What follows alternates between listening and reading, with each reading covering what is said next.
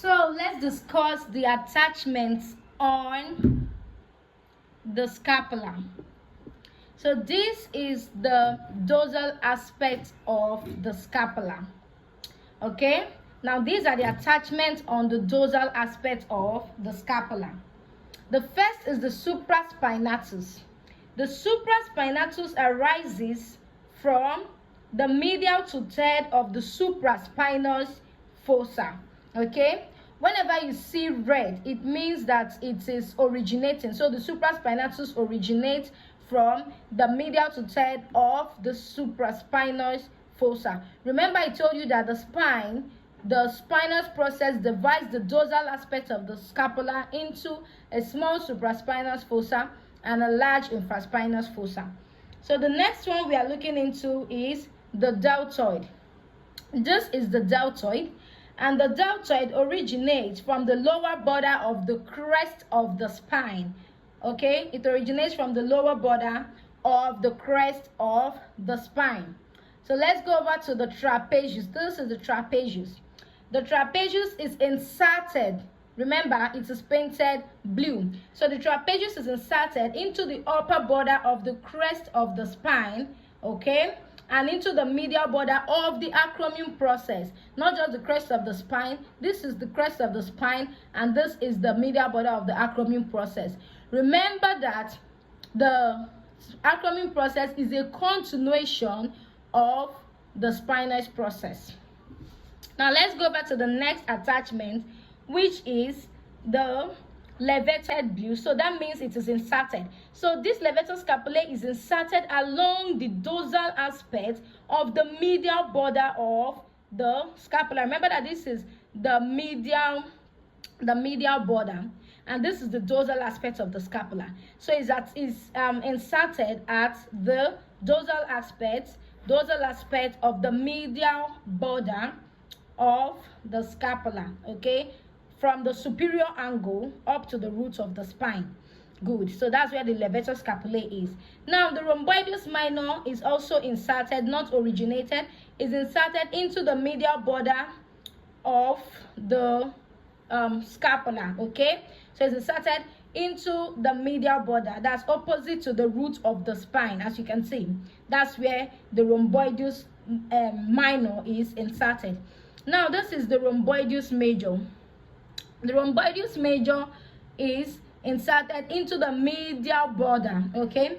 It's inserted into the medial border between the root of the spine and the inferior angle. So this is the rhomboideus major muscle. So it's inserted between the root of the spine and the inferior angle, which is here. So let's go back to this particular one, which is the latissimus dorsi. The latissimus dorsi originates, because it's painted red, it originates from the inferior angle of the scapula.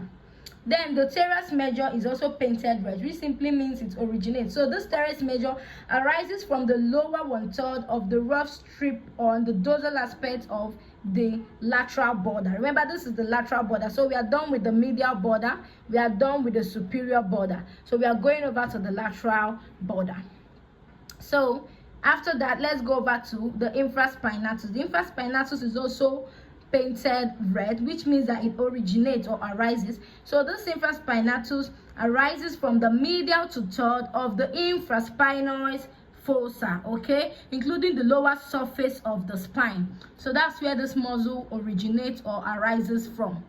Now the teres minor arises from the upper two-third of the rough strip on the dorsal surface along the lateral border, while the long head of triceps brachii arises from the infraglenoid tubercle. And I've showed you where the infraglenoid tubercle is while I was explaining the features on the scapula. I told you that the lateral border, one of the features of the lateral border is that it presents an infraglenoid tubercle at its upper end, okay. So that's all for the attachment. Let's talk about the coracobrachialis and the short head of biceps. The coracobrachialis and short head of biceps is originating, so it's not inserting. And where is this? I told you that a place that looks like a bent finger in the scapula is called the coracoid process.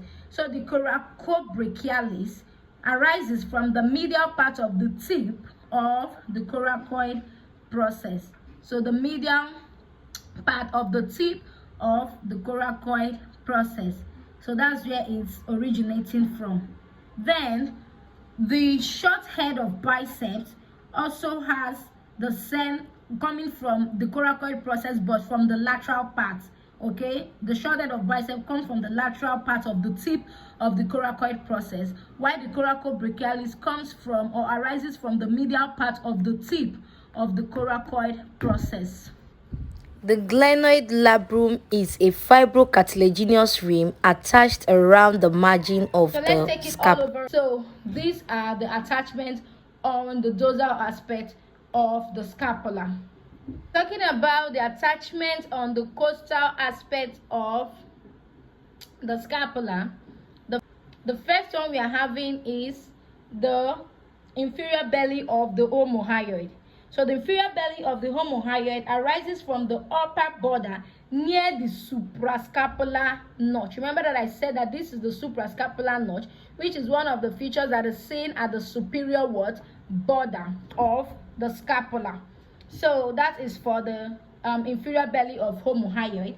Then the next one is, so the serratus anterior inserts along the medial border of the costal surface, and it presents what? Digitation. First, second, and third digitation, and also the fourth digitation. So let's talk about the subscapularis.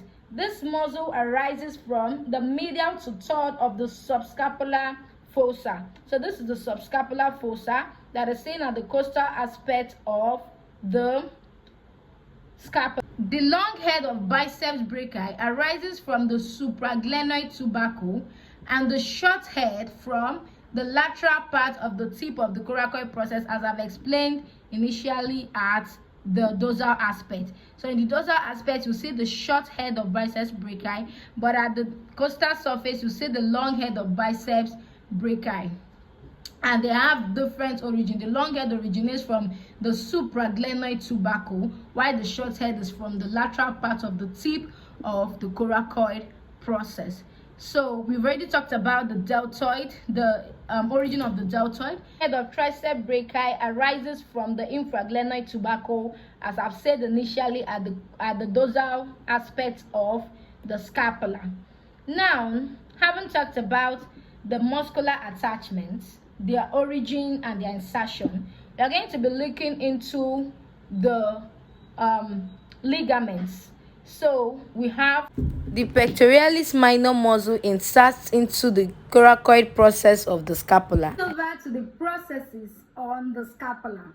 We have the spinous process, we have the acromion process, and we have the coracoid process. The spinous process is a triangular plate of bone that divides the dorsal surface of the scapula into a small supraspinous fossa and a large supraspinous fossa.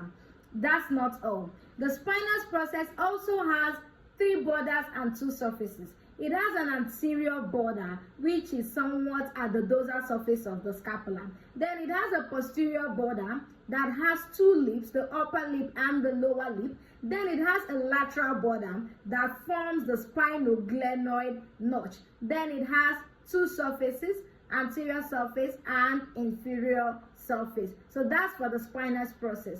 Let's go over to the acromion process. The acromion process, I already said, is a continuation of the spinous process. And the acromion process has 2 surfaces, just like the spinous process, superior surface and an inferior surface. It also has 2 borders. It has the medial border and the lateral border. Now, this medial border forms or is continuous with the upper lip of the crest of the spine, while the lateral border is continuous with the lower lip of the crest of the spine. So let's go over to the coracoid process. The coracoid process resembles a bent finger, or it looks like a bent finger, and it is placed forward and somewhat slightly laterally away from the body. So that's all for the processes on the scapula.